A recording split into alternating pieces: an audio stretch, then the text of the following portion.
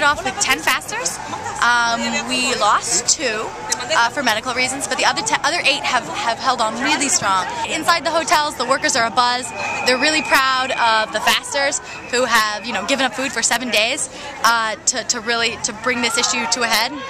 Issue in the struggle for healthcare. We get a lot of positive reactions from the guests here at Disney. We try to collect their email addresses to stay abreast on the campaign at disneysunfaithful.org. Workers, the people who make the magic happen here, deserve healthcare and deserve a fair living wage. These guests are middle and working class folks who come here to Disneyland, and so I think that they can really identify with the struggle that the workers are going through. I suppose every once in a while you have someone negative, but they mostly just focus on the Orange County Register comment page of the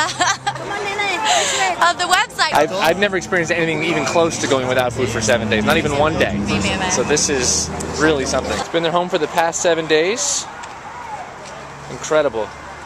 His name was Musa Sharaf. He was a cook at the Disneyland Grand Hotel, and he died in January of a heart attack at work.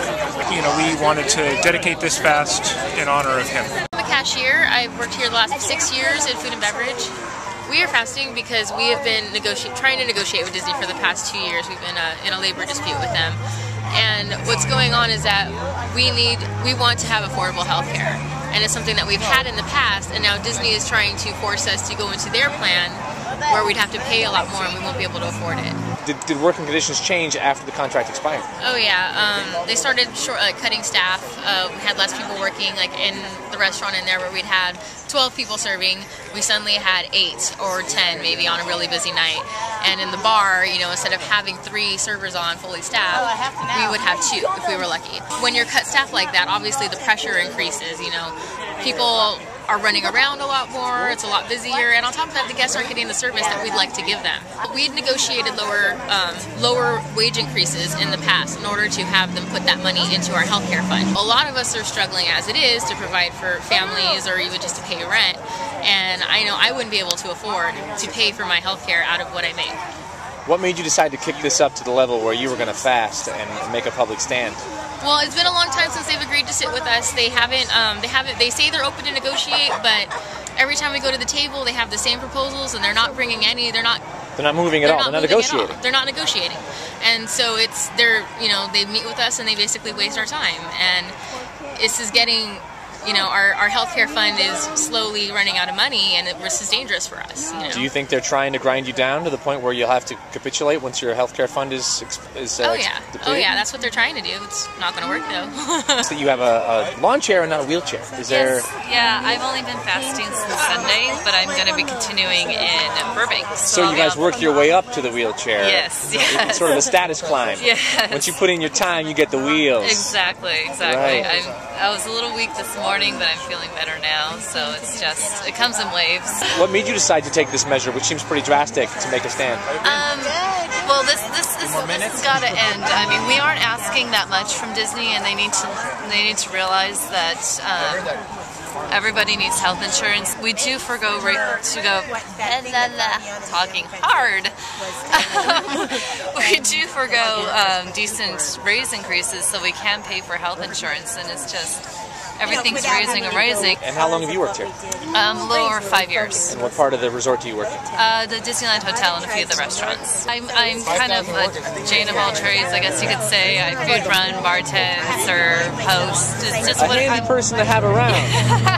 Yeah. And you hope that in return for that, your work will be appreciated and you'll be compensated fairly. That's what everybody wants. We all want to be treated the same. It's been a roller coaster, physically. There's been days where it's, particularly for me, Sunday and last night, it's when it really hit me hard. And how many days have you been here, George? This is my 7th. Day 5 and day 6? Yeah. Were particularly hard, and what was that like? I think it was more about the weakness that I felt in my body. I felt like my legs were made out of jello. When I would get up, I'm not used to that. I mean, I knew I was going to feel weakness, but not to that extent. And obviously I would feel hungry the days before that, but nothing severe, nothing extreme. But Sunday and last night, I don't know, it just blew me away. I've been a bellman at the Disneyland Hotel for a little bit over 12 years. what is the big deal, George, that's got you ignoring your biological signals to eat out here? I feel that Disney doesn't see us, the workers, as human beings. I think when they talk about us, we're more like numbers, statistics. You know, we're on a piece of paper, and instead of us being workers, it's like percentages and just math to them. And with this hunger strike, we were hoping, and I'm hoping, that we touch a human chord. Somewhere in there, somewhere within those people that make decisions up in the corporate offices that decide what's going to happen to our health care. Because after all, it is literally a matter of life and death for us. If we don't have that health care, we can't go to the doctor, or we can't afford it.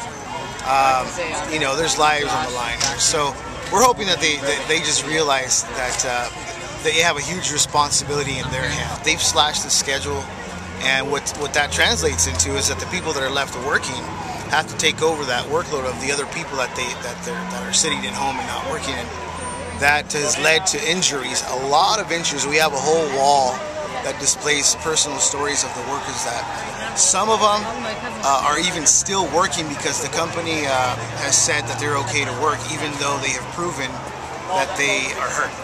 So they have them working there anyways.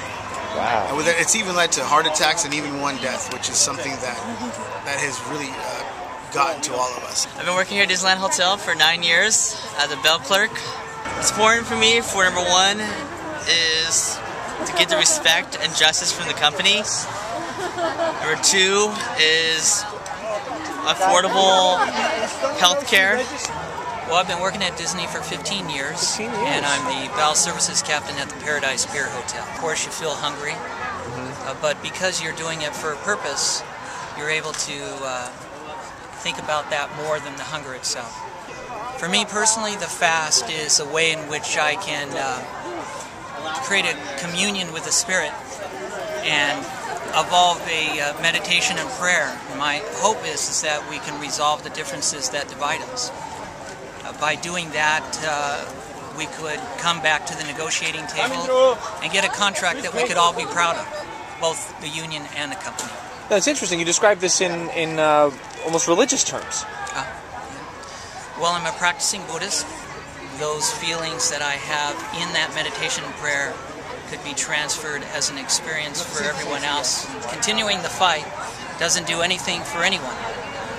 Ultimately, we have to be able to come together and get back to the experience of why we're here, providing services for our guests, and get a contract that we can all be proud of, something that gives credibility for the years of service that we have. And how long have you been here at Disneyland, Eddie? 4.5. 4.5 years? And Yeah. what's your job here at Disney? Laundry. Okay. Laundry department. You experienced some suffering out here as part of the fast. What happened for you? Well, the second day, and the nurse came and take my pressure, and it was pretty high. Really? So she told me that I have to go home. I didn't want to go home, but I didn't want to stay. But she said I got to. It's hard right now. They're making millions and millions of dollars, and for the employees have to suffer. I don't think that's fair for us.